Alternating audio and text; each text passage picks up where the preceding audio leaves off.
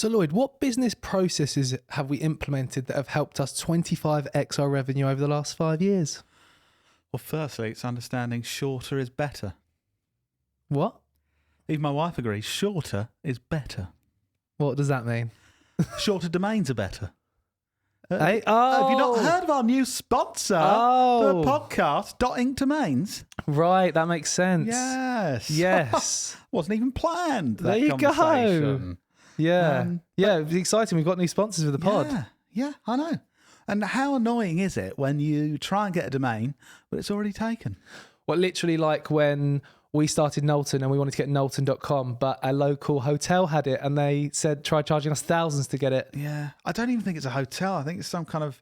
It's a court, isn't it? Knowlton Court. It's like some kind of monument. It doesn't even need a website. But yeah, thanks a lot. If only we knew about .inc domains at that point. Exactly. Yeah. So quick backstory. A lovely girl called Hannah from .inc domains got in touch with us a while ago, and we were kind of starting to discuss them sponsoring the pod, and we had a nice chat and had a look into premium domains and .inc domains, and we actually ended up setting up businessanchors.inc, our new website, which is live right now. Go and check out businessanchors.inc. Yeah. Now. Yeah. So yeah, exciting times. We've set that up. We've got a flashy new website. And if anyone's like, I was speaking to Hannah and thinking about who is this most kind of relevant for any anchors that are listening. If you are one of those people who has tried to get your either like brand name or company name or a domain that's like quite short and specific to what you do, but it's taken, .inc domains are one of the most cost-effective ways to get like the specific domain you want. If it's already taken. To give you an example, Lloyd, I actually looked up an example here. So let's say you started a business to do with protein. Yeah. Okay. Yeah, big gym lad I am. Yeah, you're a big gym lad. Yeah. You'd probably want a cool domain like protein.com. That sounds good.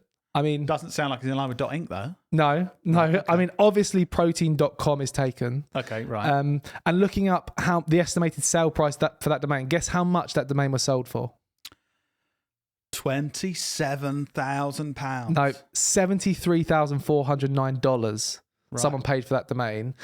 You've got to sell a lot of protein. Yeah. And I mean, even if you wanted to buy that off them now, they'd be wanting more than that. Yeah. So it's hugely costly to be able to get that specific domain. Even protein.co.uk, another one maybe, UK based. How much? That's not available. How much do you reckon that sold for? £722. $9,082. Right, okay. So you kind of get the point. They're already taken. Yeah. Even other domains that are short and very specific like that aren't taken. Protein.shop, $7,000.17p. Protein.co, $19,999. Protein.org, $20,000. I need a short protein-based domain, Dan. This is the point I'm getting to. Good. You could register protein.inc for $1,000 for the first year and then pay $4,000 a year after that, which is way more cost effective. That's crazy, like a one-word domain and a name that, like with the .com, is so expensive. Yeah. Like when you actually think about it, and like to be completely transparent, this isn't for everyone. Yeah. Like if you have a super niche thing that is easy to get, then if your domain's like Amy and James sell oats. Yeah. .com's probably available. Yeah. Probably good value. Exactly. But if you are either looking for your specific brand name, like we are with Knowlton, or if you want a really short term like protein. Like the strategic thing of having one of those short domains for a term or a word. And that's amazing. A one word domain like protein. Yeah. And we're just going to focus on that one benefit for now, but there's loads more benefits. If you go to get.inc/business anchors, there's a landing page there where there's all the different benefits of getting a .inc premium domain. So yeah, please do check out. If you've enjoyed listening to the podcast, it'd be really helpful for us for you to just have a look at that. And obviously we've actually bought businessanchors.inc and got our new website on there, so check that out as well. And thanks .inc domains for sponsoring the pod. Yes, .inc domains. On with the pod. So this pod is going to be all about boring business processes. This is Lloyd's classic sort of topic, boring stuff. But the interesting part is these processes And we've crunched the numbers, have actually helped us 25x our revenue in the last 5 years, which is absolutely mental. I checked that multiple times because it sounds too big. But looking back, I mean, it is 25 times what we were making our kind of monthly revenue last year, that'd be great. 5 years ago. And yeah, we've really we've taken quite a lot of time this episode and thought, what have been the big things that we've managed to implement to support us to grow our revenue to that? A lot of businesses out there might be like, I want to grow my revenue 10% next year, or I want to, maybe even ambitious, double it. And so you're thinking, hopefully, with the fact we've managed to multiply it by 25 times should mean these things can work. Yeah. And these really are very actionable things that any of the anchors can implement. So can I share the first one that I really think... Can I just add one thing before we start? Please do, yeah. I guess just know that no one of these things is going to 25x your revenue. We speak about this, and we're not like those internet gurus that always say stuff like that. But if you sign up for our course, we'll tell you how for just no. Yeah, so it's not as simple as like you're just going to do one thing and you're going to have a massive revenue. But these are all things that if you did all of these and you did them consistently for a period of time, you probably could if you're in the right situation. So that's good context. Yeah. So this first one is all about introducing dashboards and scorecards to track performance. That sounds bloody interesting. It sounds boring, but since we started doing this, it's had a monumental positive impact on the growth of our business. So we use, in our weekly meeting, we have a scorecard set out where we track certain metrics around sales and marketing, operations, finance, to check that we're on track to deliver what we want to deliver. Another example is we use an amazing tool called Dash This that we have like a bespoke dashboard that every week in our weekly meeting, it shows us from a kind of sales and marketing perspective how we're performing in terms of our social media content and our web traffic and all that good stuff. And seeing these metrics in the data really helps you make more informed decisions that aren't just your classic, like, I think we should do something different. Or I don't think that's working. It's like you have all that data there to really take positive action to improve what you're doing. You to be so focused with your decision making. So it's really hard to spend your time inefficiently because you're looking at the facts and be like, okay, that isn't good enough. We need to spend time improving that now. Or this is absolutely smashing it. What have we done to make sure that that thing is smashing it? It also makes you have the difficult decisions. Yeah. Like sometimes it would be really easy for us to avoid those difficult conversations when things aren't going well. It would be really easy for us to avoid those and not have them. But having that data in our weekly and our monthly management meetings as well helps us really, to each other as well, be like, right, this is the goal. Your performance or our performance is there. Why is that happening? Let's look at the data. That's not performing. That's not working. And I would say for me and you as business owners, questioning each other based on these dashboards has been so helpful. Yeah. So if, Dan is responsible and accountable for the sales and marketing for our business. So if we're looking at our metrics that we track literally every week and there's either I'm thinking, that's consistently getting worse, or there's 1 week where it's like, why is that not where it needs to be? I'm asking you those questions, and either you'll have perfectly reasonable answers and it'll be like, okay, well, that's good, we asked that and we're on track, or it will kind of give us the alert of, oh, actually we don't know why that's so rubbish and we need to do something about it. And the same with, obviously it's the same the other way when I'm rubbish. You're perfect though, so yeah, that's why I gave the example of you being rubbish. It's just far more realistic for the anchors to so if you're so final sort of summary of that point, anchors, if you aren't using any kind of dashboards or metrics to track your performance, start doing it now. Just wanted to make that a bit more dramatic. Let's hear one of yours. I want to give us some boring processes that you've got that have helped us. Spoke about this a bit last week, but I'm going to give a specific example that sounds very scary. Introduce management processes that help reward top performers and support low performers to improve or leave. Without a doubt, the people in our business have been what's allowed us to earn more money over time and increase our revenue, having the right people doing a brilliant job, and having processes to support those top performers and reward them, really important. And also, as we spoke about last week, if you're a Business Anchors listener, having the process in place to, if you have an underperformer or underperformers within your business, to support them to improve or move on, which is the negative side, but sometimes that happens.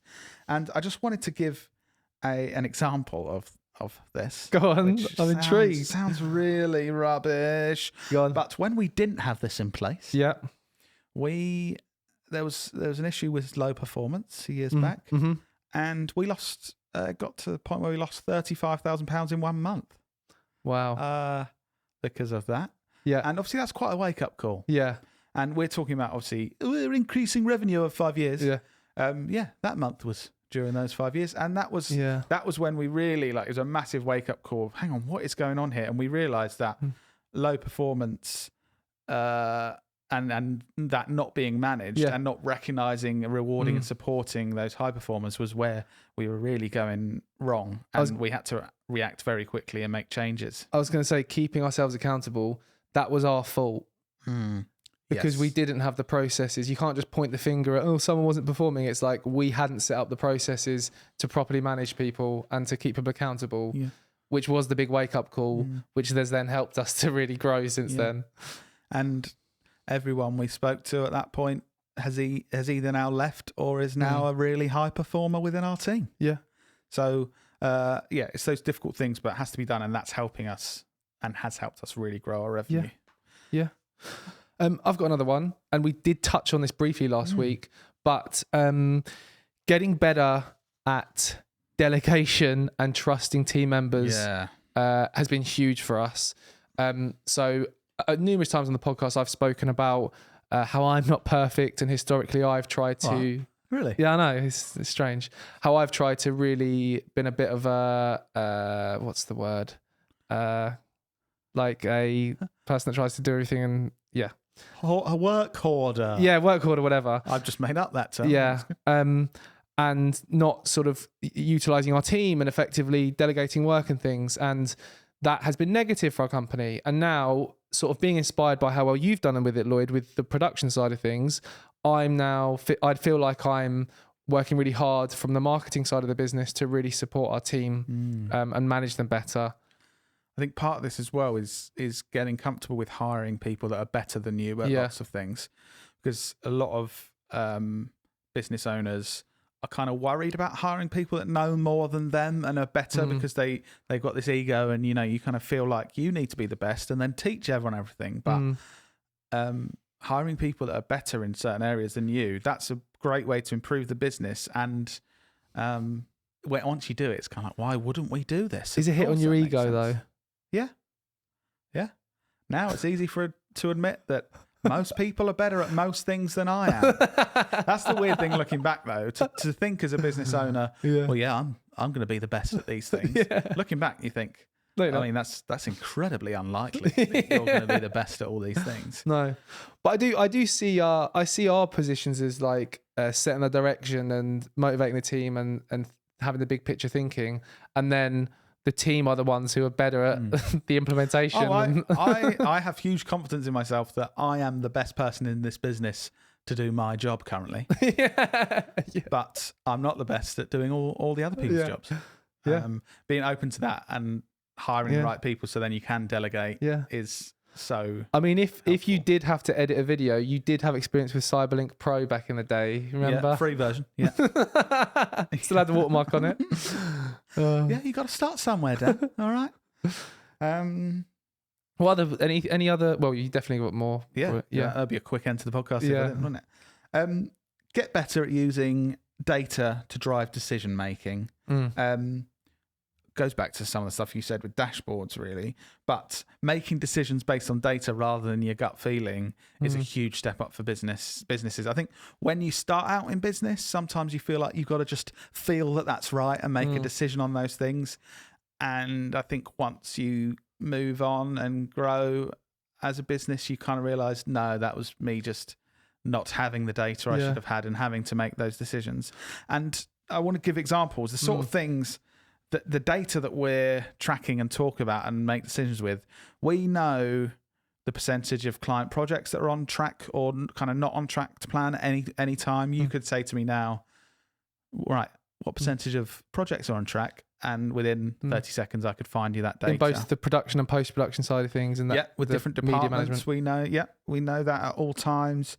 We know how much money we're spending on every project. A lot of businesses don't have that, and they kind of at the end go, how much did we spend? Okay, right, how did that go? So that really helps us with our decision making. And we track our team's performance and people and identify any patterns. So we have our core values, and in appraisals, this sounds rubbish, but I actually score people out of 10 on how well they're in line with those core values. And there's a process to that. And it's not just me kind of going, I think you're a 7 out of 10. Yeah. But we actually track the average team score and review it in our monthly management meeting, so we can see, as a team, are we getting stronger or weaker over time?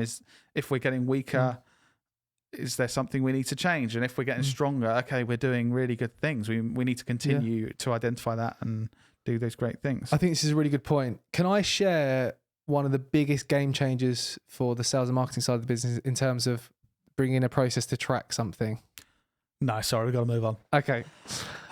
Well, we have a laugh. Of course you can. We've actually, a while back, we did an podcast episode about how to generate predictable revenue, where we really deep dive on this process and how we track things. But something we introduced probably a couple of years ago now, maybe more, is we started to look at data around lead indicators that showed us if we were bringing in enough opportunities of enough value and what our average conversion rate is to forecast what our revenue was going to be way more accurately. So previously, thinking back to when we started the business, when we were very naive, we would get to the end of the month and look back and think, we earned that much, or the business, not even earned, like the business brought in that much. That's interesting. Like, what a terrible way to run a business, but we were learning. Fast forward to now, we know what an unconverted new opportunity is worth. So if someone rings up the phone and says, I'm interested in working with Knowlton, we know what that value is, even like unconverted. On average, the value of that for the just business. A lead, what a lead is worth. So looking at our targets, we know how many leads we need to bring in, and what our conversion rate is, how many we on average we convert to achieve our sales target. So we know at any given point throughout the month, if we have enough new opportunities in the pipeline that is going to that enough of those are going to convert to achieve our targets. And that's super useful every month in our monthly management meetings. We review that data in detail and look at, right, how many opportunities have we got in the pipeline? What are the potential values of those? What's our average conversion rate? And then we know, but we can forecast very accurately if we're going to achieve our sales targets. That was a massive improvement for us. Yeah. And that puts us in a strong position, because from our the business perspective, we know if we can invest money in more things to improve what we're doing, or if it's a tighter month and we need to pull back on costs and that kind of thing. It's like a game changer when you get to that point when you really know the value of those leads and can work it all out and know where you are. When it's not a surprise. Yes. Yeah, exactly. There are no surprises. Obviously, not everything is exactly on the average, but nothing's ever completely different from what we're expecting based on those metrics, which is such a nice place to be when you're growing a business and want to increase that revenue and profit of the business. Definitely. And on that note, my next point was a game changer for us is actually tracking and forecasting cash flow. Yeah. So there's that saying, isn't there? Cash is king. Oh God, this is cringy saying. Profit is sanity. No. Is it? Revenue's vanity. Revenue's vanity. All that kind of thing. So that's obviously well cringy. But the whole cash is king thing, it really, when we weren't tracking cash flow, we really had a couple of times where we got into trouble, because it was like, hang on, the business is, we're making a profit and stuff, but timings and stuff worked out. I was like, well, no, there's no money in the bank. What? Things are going well and things, but we've literally got nothing. And as soon as we started tracking cash flow and then forecasting cash flow, we're like, okay, we've got these projects lined up, that cash is coming out, this is going out. We use Zero Budget Manager to really track that. And now it, again, really similar to what you're saying, but it allows us to make those important decisions, and we actually know where we are with things, which makes it much easier to grow. I remember getting a phone. This is years ago, so don't judge us. I remember getting a phone call from you when I was in Spain, like one of the first 2 years into our business, and we thought we were doing really well. And you rang me up and you were like, Dan, we've been looking at cash flow. We're like 30 grand in the red. And we thought we were like absolutely smashing it. And this is how bad our processes were in terms of like invoicing. Say we did a piece of work at the start of the month. We wouldn't send the invoice. Say we delivered it and it was signed off on the first of the month and it was project done. We wouldn't send the invoice until the last day of the month. And then we had 30-day payment terms. So sometimes we weren't getting paid for over 60 days when we delivered the project. And yeah, after making all these kind of mistakes, we've obviously refined that process and now have a much more stringent way of managing our finances. But it was scary at the time. I would say, just final point on cash. If your business is growing, our experience is the bigger businesses you work with, the longer the payment terms they want. Yeah, which is really rubbish for big boys to be asking for that when they've got the cash. But so you really need to build up a pot of cash in the business to enable you to take on those bigger customers that aren't going to pay you as quickly. Yeah. So yeah, something to think ahead. If you're smaller, you already know that. If you're big and you've got customers wanting 90-day payment terms, or some, I've heard of like 6-month payment terms. That's nuts. Which is obviously very hard to deal with. Yeah. So make sure you got cash. Yeah. Something else we did that was incredibly effective for us, which sounds really simple, is focused on delivering the best work possible as like the number one focus for us. So a couple of years ago, we really wanted to go all in on like delivering the best work we've ever delivered. Yeah. So there's kind of two ways that we are growing the business. There's lots of ways of growing the business, but 2 angles to this. There's current customers reinvesting and spending more with us because we're doing brilliant work, and then there's attracting completely new customers. And we'd never really focused much attention on our current customers. Again, that sounds rubbish. No. I know. Sorry. Let me reframe that. We've never focused much attention on like account management and managing our current customers to get them to rebook work in the next year. Yeah. Like a number of them were doing that, and it was more of a surprise, not a surprise, but it was like, oh great, they're signing up again. Whereas we did no account management. There was no like, let's sit down and look at how this is gone. Let's come up with a plan for next year for how we can improve things even further. And introducing that kind of account management process, and also really going heavily in on let's deliver the best work we've ever delivered, to really build up a portfolio of work that was super impressive. Having a year of doing that and now continuing that helped us have a great portfolio of case studies that now it's a lot easier, inverted commas, but it is a lot easier to attract much bigger well-known brands who have much bigger budgets because we have those case studies of the amazing work we've done. Yeah. Whereas we could have continued delivering just good work and focused more energy on marketing and that kind of thing. But really going all in on that really helped. I don't know what you think, Lloyd. Do you think that's a kind of... Yeah, and to simplify the whole of the business world, every business just needs to find people to pay them to do something. Yeah. And then do well at that thing. Yeah. And I think businesses sometimes get too focused on one or the other. So some businesses get great at finding people to pay them to do something. Yeah. And they're so focused on that, basically sales and marketing of their own business, and they're not focused on actually doing a good job, that in the short term, it's like, look, we got all this money coming in, but they don't have a sustainable business or a viable business that will grow because they're not focused on actually doing a good job for their customers and doing a good thing. And yeah, I think it's really good to focus. You may be at the point where your sales and marketing is stronger than your delivery for your customers.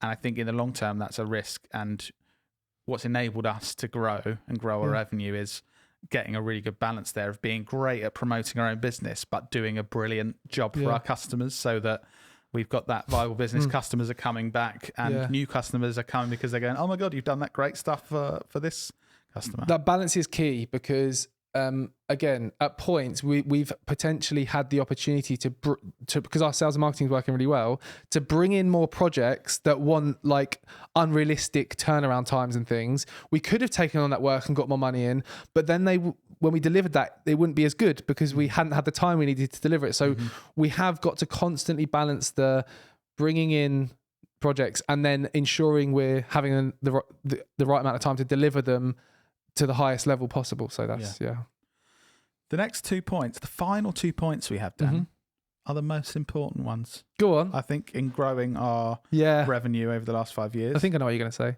So I'll let you do the end one, which was a really good one. But yeah, second most important, I would say, all based on the most important day of the year for us. And that's mapping out our annual strategy. Yeah. So there's been a couple of years in the last 5 years, I think, where we haven't done this properly. Yeah, definitely. I really think it's had a massive effect on the whole year's progress. So I think 3 years ago, we stayed in a yurt somewhere overnight. Which was good. Yeah. It was good. But we did just kind of have fun in a yurt, get hammered and have a brief chat about business and go for nice walks and stuff. Yes. Around a fire. And we had beers around a fire. So we've tried to get the balance right of like me and Dan getting away so we've got the time and headspace to focus on mapping out the year and what we're going to achieve. That was a bit too much just focused on we've really, over the years, we've gone like all in like, oh, we didn't even manage to get away, so we didn't focus on it. Then we went too far and we just went away and then basically forgot to work. And so, forgot to work. So the perfect balance I feel we've found was this one. This one was the best one we've done. Yeah. This year's one. And making sure that as a business owner or business leader, you have the time to step away, shut off, and your teams know I'm not available for this time and we're working on planning the year.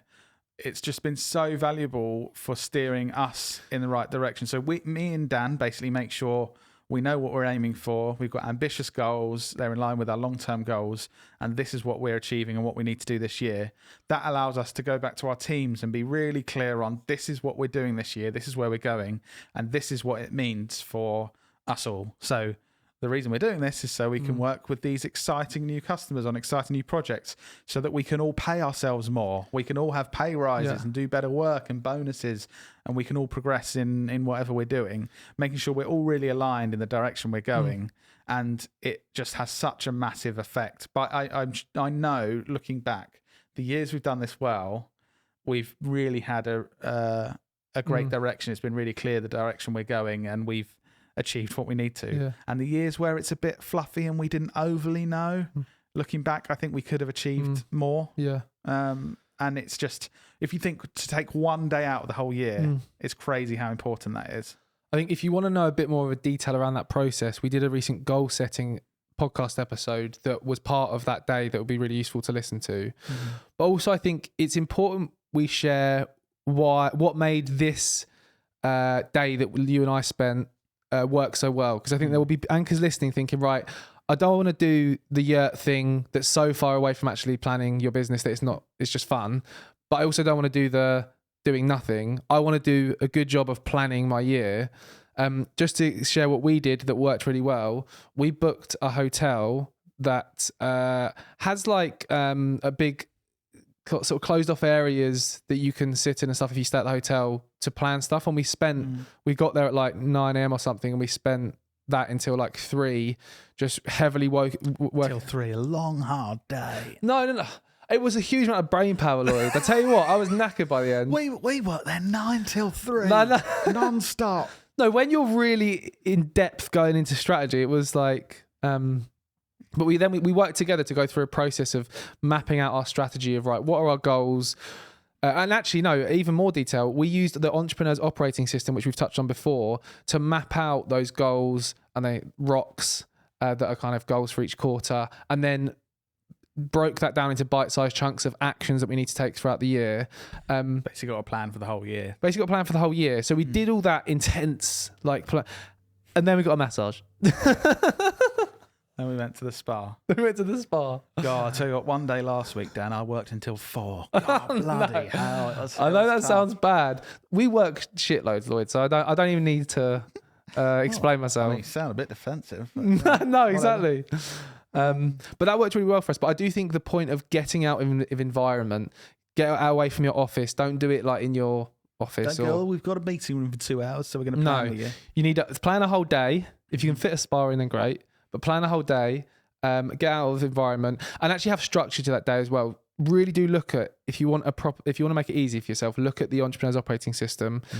Get a book called What the Heck is EOS, and they break down that process in that short book, which was really useful to us. Make sure before you get to the day as well, you really outline, is it a full body massage? Is it just shoulders? Or maybe you want a facial like I had. Yeah. That wasn't even in the massaging room. I'm joking. Moving on.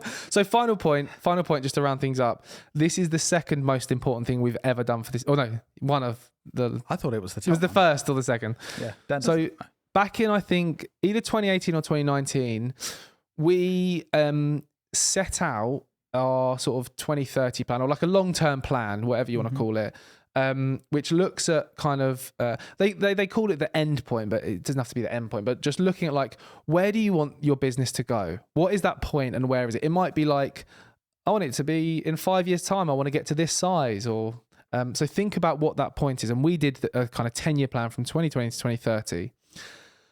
Set what the goal is for that point, and then break down the years leading up to that. What are the milestones you need to get to in terms of revenue, profit? What does your team look like?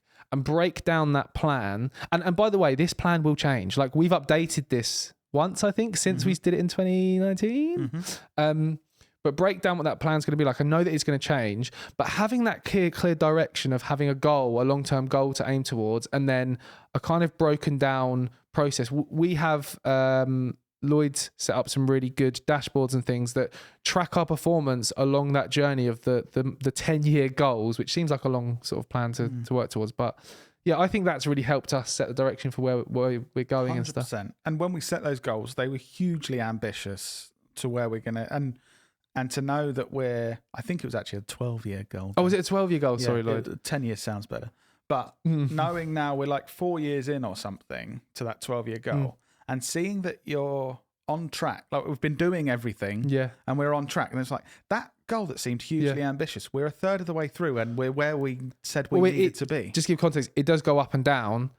Like, it's not every month we're hitting the goal, but overall over the last 4 years we are hitting the goal. If that makes sense. Yes, and something just as an example, knowing that long-term goal and what you're aiming for and the benefit it has. Back in 2020, we were at an event and we were speaking to some people we met that we got to know quite well, and they sell courses and things, and they were sort of talking to us and sort of said, you with your audience and everything, like basically that we could make really good money from selling courses to our audience because we had the knowledge that we needed, the experience we needed, and we had the audience online. Like, we could make a lot of money from selling these courses. And I remember them being really shocked when we basically said, no, that's not what what we want to do. And I think the reality is we could have sort of quite quickly made 5 or 6 figures of income potentially of just putting a course together and selling it and putting effort into that. And so they were quite shocked to think, like, why would you, like, you've got this on a plate. You could just create these courses and sell them and make this money. But because we were focused on not just like, right, we want to make some money now, or we want to just do what's easiest, or kind of in this direction, we knew we're aiming for this long-term goal. That wasn't helping towards that. We were so focused. It's like, that thing doesn't help. That's probably detrimental to where we're aiming for, even though it can make us some money now. And we're so focused. And at first they were shocked, but then once we kind of explained, like, well, this is what we're aiming for, this is what we're doing, and it doesn't help. I think I kind of felt like they sort of respected that and was like, oh, that's really interesting to see how focused you are on what you're aiming for in the long term. And just to give context for what Lloyd's saying, like, let's say we did go down the let's make courses route and we took resource and time and energy away from aiming towards our long-term goal. That could have meant us bringing on like a big brand as an agency client that would spend millions over the next 10 years. Like, or we could have focused on the courses and made 100, 200 grand and then that would be it. Or like, do you know what I mean? Like if you got to think long term, and that's what we're doing. Yeah, it is what we're doing. Cool. Final thing, Lloyd. Yes. That all anchors need to do immediately. Okay, I'm ready. Is go to get.inc/business anchors. And yeah, I really thank you to .inc domains for sponsoring the pod. Please do go and check out that web link so you can see. Yeah, if you got your business or you got a business idea and you're like, I was trying to get burger.com, but it was taken and it cost $500,000. Yeah. I didn't check burger.inc actually. I bet that's available. Yeah, go and get burger.inc right now. Yeah, hopefully that will really help some of you guys, that a new option that you didn't realize was available and could really help you. Yeah. Thanks for the episode, Lloyd. Lots of good stuff. Hopefully you enjoyed it, anchors. Yeah. And we'll see you in your ears next week.